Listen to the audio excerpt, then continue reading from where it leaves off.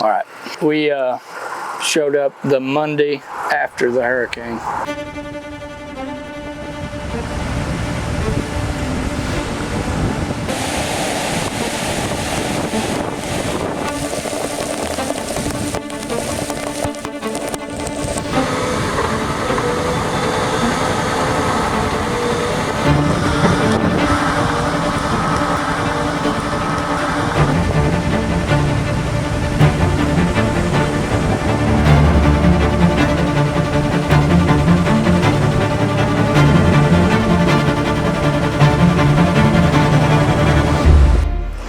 My name is Scotty. I am a field superintendent at Baker's Construction. I've been here for 20 years.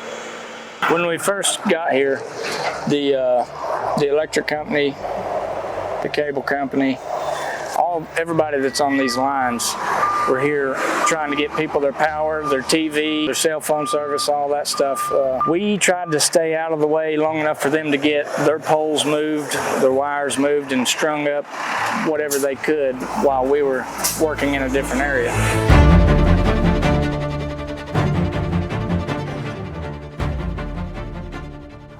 When we pulled up, we seen the first big wash right here at Antioch Baptist Church, and we knew we had to get rock to the top, so we had to figure out a plan for a road around while we were fixing that one, so we could have multiple crews working at the same time. Once we figured out we was going to put the road around the first washout, we went up and assessed the other 5 or 6 holes and how we were going to get the rock to it. So while we were filling in the first one, we got the runaround going for the other road.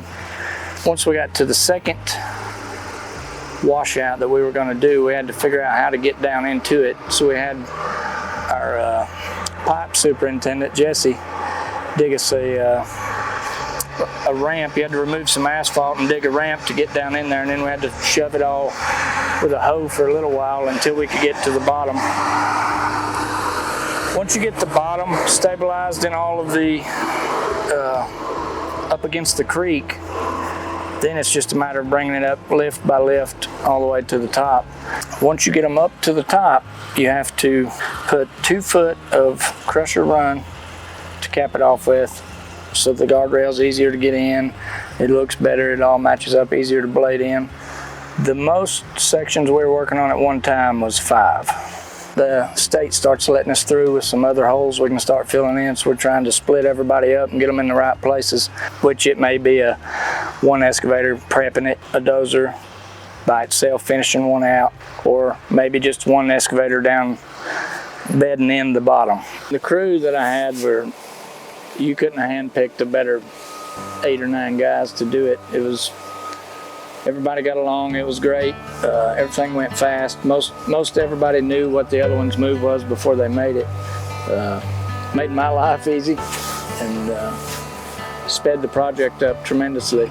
And it's a lot to ask of people to work 6-7 days a week whenever they have troubles at home too, as far as the hurricane devastation. Some of those people showed up 2 days after they got power. Some of those people still didn't have power a week or 2 into it. They still showed up to do their job and go home and deal with it when they got there, but could not have asked for a better group of guys to tackle a project with. And one more thing, the outpouring of people that came to help for free, gaining nothing out of it, or the people that you watch drag their stuff out of their house the first 3 or 4 days that we were there, put it on the side of the road to be taken away. Those are the very people that were coming back, feeding us every day and thanking us for doing what we're actually getting paid to do, but they were so happy that we were there. It was just heartwarming to see the spirit of those people not completely broken as they tried to rebuild back and salvage what they could. And there was another instance where a church had been completely demolished, took clean off of their foundation, gone. Everything was gone except for the roof. And these 2 ladies and a gentleman came one evening and wanted to salvage the bell out of the church, so they went over there with shovels and dug it up and come and asked if I cared to go retrieve the bell so they could take it to the new church or put it in a new one that got built or whatever they were going to do with it. But they were so tickled to have their church bell back.